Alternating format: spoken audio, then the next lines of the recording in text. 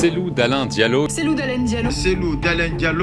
Il est considéré comme le plus grand cauchemar de l'ex-président guinéen Alpha Condé. Alpha Condé ne veut pas comprendre. Mais nous sommes également prêts à montrer à cette opinion que nous n'accepterons plus de nous soumettre aux caprices d'un pouvoir aux abois. Son nom est synonyme d'opposition farouche, de résistance politique et d'une ambition jamais éteinte. Mais et si je vous disais que ça n'a pas toujours été le cas? Dans les années 90, Cellou Dalein Diallo est un haut fonctionnaire respecté qui progresse rapidement dans le gouvernement. Il occupe plusieurs postes de ministre avant d'être nommé Premier ministre en 2004. À cette époque, il fait partie du pouvoir. Il n'est pas encore l'opposant redouté qu'on connaît aujourd'hui. Mais en 2010, tout change. Face à Alpha Condé, il se lance dans une bataille électorale sans précédent qui va déclencher l'un des affrontements politiques les plus tendus de l'histoire du pays. S'ensuivent des contestations, des manifestations sanglantes et des victoires électorales contestées. Comment Cellou Dalein Diallo est-il passé de technocrate du pouvoir à l'un des plus grands opposants de l'histoire de la Guinée? Aujourd'hui les amis, je vous raconte l'histoire d'un homme politique dont le destin est intimement lié à celui de la Guinée. Pour ceux qui veulent en savoir plus, les sources sont dans la description. Salut, je m'appelle Siradio GN et voici l'histoire de Cellou Dalein Diallo.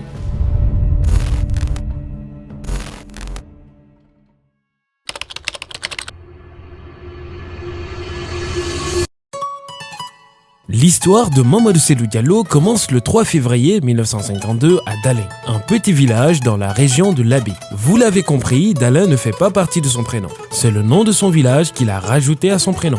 Issu d'une famille modeste, avec un père chef traditionnel et une mère femme au foyer, il grandit dans une fratrie de 9 enfants. Très tôt, l'importance de l'éducation lui est inculquée. Il est scolarisé et après avoir obtenu son baccalauréat, il poursuit des études supérieures à l'université Gamal Abdel Nasser de Conakry où il décroche un diplôme en économie. Cellou Dalein Diallo part ensuite suivre des petites formations au Centre d'études financières, économiques et bancaires à Paris et à Washington. De retour en Guinée, cette solide formation académique lui permet d'entamer une carrière prometteuse dans la fonction publique guinéenne. Mais en chemin, en 1981, Cellou Dalein rencontre l'amour. Il rencontre sa première épouse, Hadja Halimatou Diallo, et il se marie. Cellou a 3 enfants. En 1982, Cellou Dalein Diallo a rapidement intégré la fonction publique comme inspecteur des services financiers et comptables avant de devenir membre actif du Conseil supérieur des normes et de comptabilité et de la Conférence économique nationale. 2 instances présidées à l'époque par l'ancien président Sékou Touré. Après sa mort, en 1985, il rejoint la Banque centrale. Son expertise financière est reconnue et il occupe successivement les postes de directeur de la comptabilité et du budget, directeur d'échange et directeur général des affaires économiques et monétaires de la Banque centrale de Guinée. Après 10 ans, cette expérience dans le secteur bancaire lui ouvre les portes de la politique. Cellou Dalein est alors propulsé au rang de ministre en 1996. Mais un an avant, en 1995, Lansana Conté lui tend la main et lui confie une mission. Il devient administrateur général adjoint des grands projets, un poste clé à la présidence de la République.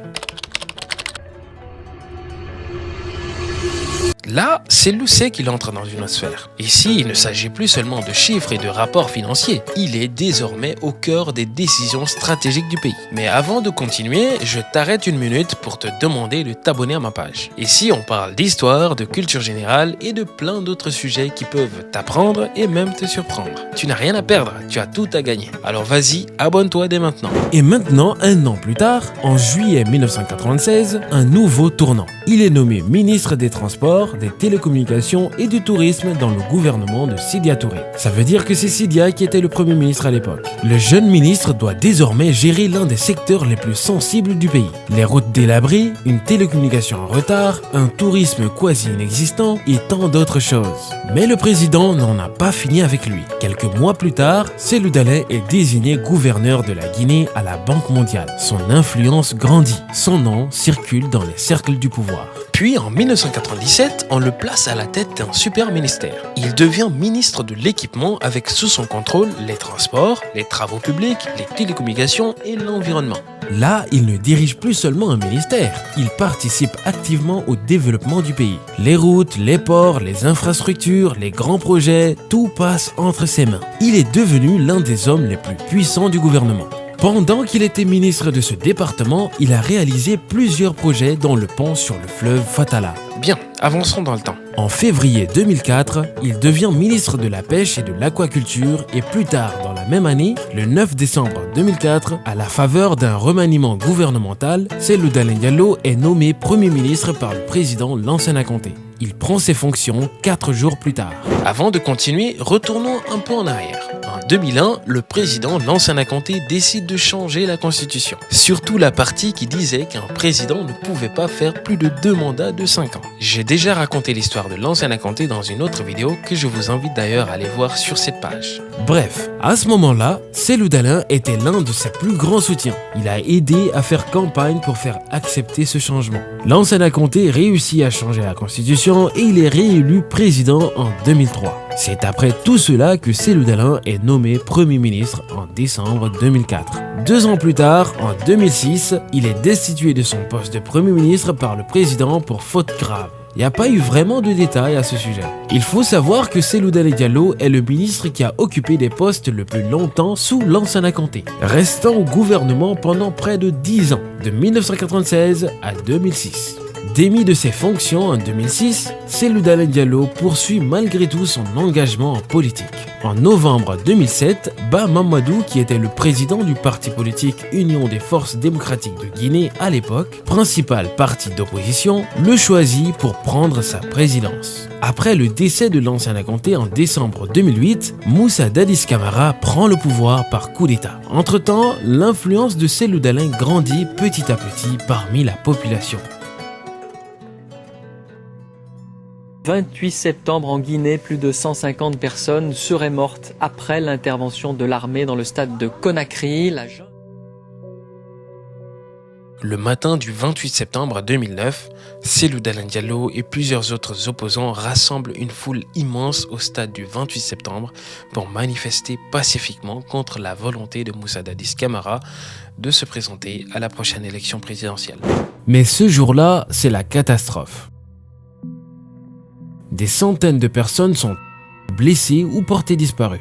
Cellou, lui, est grièvement blessé, mais il finit par s'en remettre.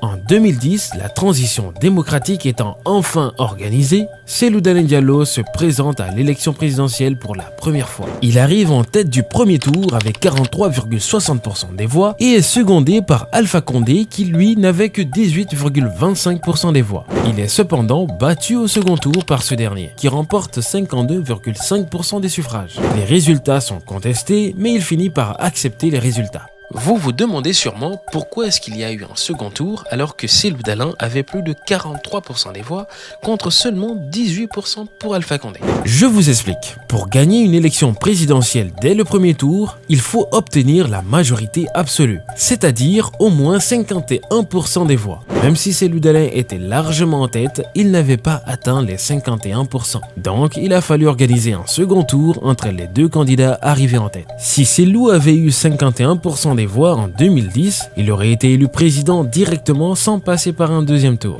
Bien. Pendant les 10 années qui suivent, Cellou Dalein Diallo devient le visage de l'opposition en Guinée. Il critique régulièrement la manière dont le président dirige le pays et dénonce ce qu'il considère comme des abus de pouvoir et une mauvaise gestion de l'économie. Dans les rues de Conakry, ses partisans manifestent pour soutenir ses revendications et réclamer le changement. Mais chaque fois, la réponse est la même. Gaz lacrymogène, arrestations, parfois même des tirs à balles réelles. Il faut noter que plusieurs personnes ont perdu la vie lors de ces manifestations. En 2020, l'histoire se répète. Alpha Condé aussi réussit à changer la constitution pour pouvoir se représenter aux élections. Lors du scrutin présidentiel d'octobre 2020, Cellou Dalein Diallo revendique une nouvelle fois la victoire face au sortant Alpha Condé. Des manifestations de joie sont vues un peu partout sur l'axe par ses partisans, mais malgré cela, les résultats officiels ne lui accordent que 33,5% des voix. Des manifestations sont constatées un peu partout à Conakry, faisant plusieurs dizaines de morts. Cellou Dalein est brièvement assiégé par les forces de sécurité chez lui avant d'être assigné à résidence surveillée pendant plusieurs jours. La crise post-électorale tourne alors à l'affrontement entre les deux camps, l'UFDG de Cellou Dalein et le RPG d'Alpha Condé. Sur le plan diplomatique, Cellou Dalein Diallo et son parti bénéficient du soutien de nombreux pays étrangers dénonçant les irrégularités du scrutin. Mais malgré les tensions, Alpha Condé reste le président de la République jusqu'au matin du 5 septembre 2021. En septembre 2021, un coup d'État militaire renverse le président Alpha Condé. Au départ, Cellou Dalein Diallo accueille positivement ce changement, espérant une nouvelle page pour la Guinée. Mais très vite, les choses prennent une autre tournure. Mamadi Doumbouya et ses hommes s'installent dans la durée. Ils procèdent à de nombreuses arrestations, notamment de hauts responsables du régime déchu, et ne donnent aucune date claire pour les prochaines élections présidentielles. Face à des menaces d'arrestation, Cellou Dalein quitte le pays. Il s'exile à Dakar, où il vit actuellement au moment où je tourne cette vidéo. C'était l'histoire d'un ancien premier ministre devenu l'une des plus grandes figures de l'opposition en Guinée. C'était l'histoire d'un homme qui a cru en l'élection mais que les urnes n'ont jamais choisi. C'était l'histoire d'un homme qui, malgré les obstacles, continue de croire que son heure viendra. C'était l'histoire de Cellou Dalein Diallo. Merci d'avoir suivi jusque-là. N'hésitez pas à liker et partager cette vidéo pour aider plus de gens à découvrir cette histoire et à mieux comprendre notre passé. Et surtout, abonnez-vous pour ne rien rater des prochaines vidéos.